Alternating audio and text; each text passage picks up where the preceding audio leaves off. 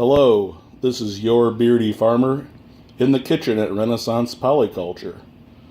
If you've seen my other videos, you might know that I raise pastured chickens. And I'm here today with my Assistant Chicken Tender Jeanette to show you how to handle a bird that you might buy from us or a farmer like us. So we have an enameled cast iron roasting pan, and you start out by making a nice bed of carrots, celery, onion, and parsnip. You don't have to use these vegetables. You can use your own recipe. This is just what we do. Now here we have the chicken, and it was a little over 5 pounds. And when you take it out of the package, you want to inspect it to make sure all the pin feathers are out. Give it a good rinse, and then make sure it's dry. The seasonings won't stick very well to a wet chicken, and then it ends up getting all over your hands, and it's a mess.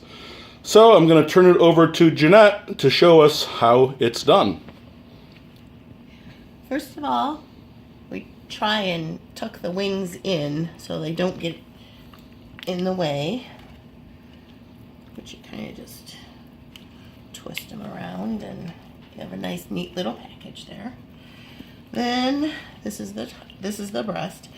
I flip it over and start with rubbing just a little bit of butter around. This is the back. So rub the butter around, and then sprinkle just a little bit of the herb mixture that Greg is going to tell you about. And it helps to preheat the oven. You might have heard the ding. That's the oven indicating it's up to temperature, so that when it's all done, you can pop it right in there. You get going on dinner.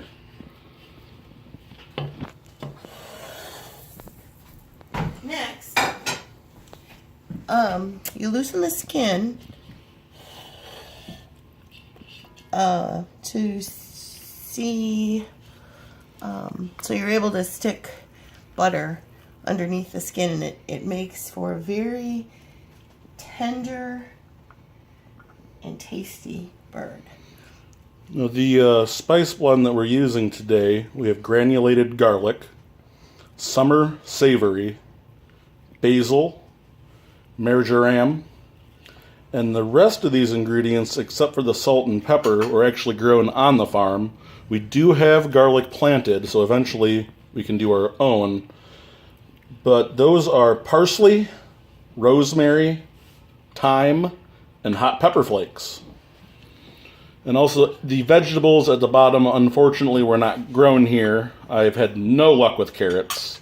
I grew a couple pathetic looking parsnips, and I've had no luck with onions either. Maybe that's future farming adventures. So now I'm just rubbing all around the skin with butter, and I try to generally be pretty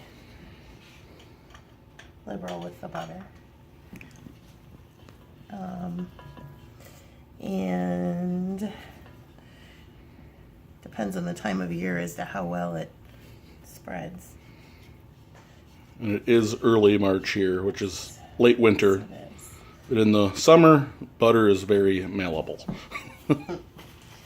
which is a metalworking term. Next, I sprinkle the herb mixture on top of the bird.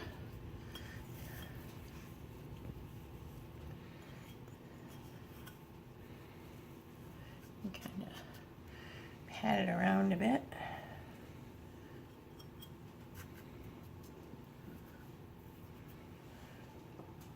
And then I place celery into the cavity, and the purpose of the celery actually helps to keep the bird moist and we're out of time.